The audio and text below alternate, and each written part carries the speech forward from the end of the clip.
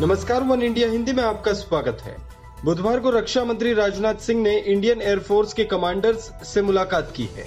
इस मीटिंग में IAF chief air chief marshal RKS Bhadauria समेत टॉप ऑफिसर्स मौजूद रहे। इस मीटिंग में रक्षा मंत्री राजनाथ सिंह ने उन्हें किसी भी स्थिति से निपटने को तैयार रहने के लिए कहा है। रक्षा मंत्री ने इसके साथ ही सीएमओ पर खास तौर पर लद्दाख में चौकसी बरतने के लिए आईएएफ की तारीफ की है। आपको बता दें कि पूर्वी लद्दाख की गलवान घाटी में 15 जून को चीनी सेना के जरिए किए गए हमले में भारत के 20 जवान शहीद हो गए थे। भारत के जवानों की जवाबी कार्रवाई में चीन को भी भारी नुकसान पहुंचा।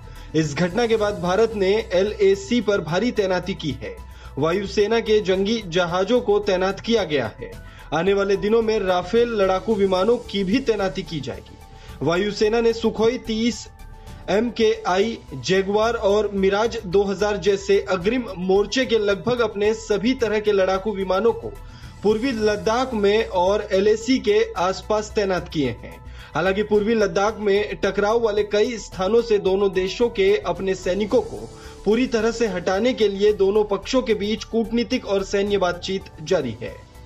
बैठक के दौरान रक्षा मंत्री ने आईएएफ के टॉप ऑफिसर्स को साफ कर दिया है कि चीन और भारत के बीच जारी टकराव के दौरान अगर जरूरत पड़ती है तो वायुसेना किसी भी शॉर्ट नोटिस में वो पूरी तैयारी के साथ ऑपरेशन के लिए रेडी रहेगी। फाइटर जेट से लेकर अटैक हेलीकॉप्टर्स जैसे अपाचे दिन रात LAC पर गश्त कर रहे हैं।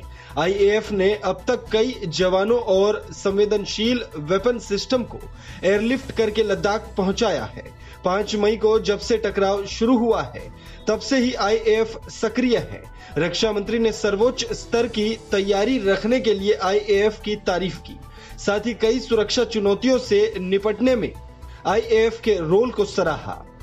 रक्षा मंत्री ने आईएएफ के कमांडर्स से कहा है कि सेनाओं को कम समय के साथ ही सैन्य क्षमताओं के साथ किसी भी परिस्थिति से निपटने के लिए तैयार रहना होगा।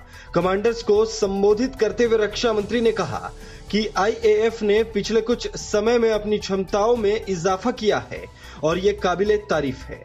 रक्षा मंत्री ने कहा कि एक प्रोफेशनल तरीके से आईएएफ ने बालाकोट में एयर स्ट्राइक की थी और जितनी तेजी से पूर्वी लद्दाख में फॉरवर्ड लोकेशन पर तैनाती बढ़ाई है। आईएएफ के इस रवैये से दुश्मनों में एक बड़ा संदेश गया। रक्षा मंत्री राजनाथ सिंह के मुताबिक देश हमेशा अपनी संप्रभुता की रक्षा के लिए खड़ा रहेगा। साथ ही सेनाओं की क्षमता के लिए लोगों का भरोसा हमेशा बरकरार रहेगा। 3 दिनों तक चलने वाली कमांडर्स कॉन्फ्रेंस बुधवार 22 जुलाई से शुरू हुई है। इस कॉन्फ्रेंस में चीन के साथ जारी संकट के अलावा युद्ध की तैयारियों को लेकर चर्चा होगी। इस खबर में फिलहाल इतना ही।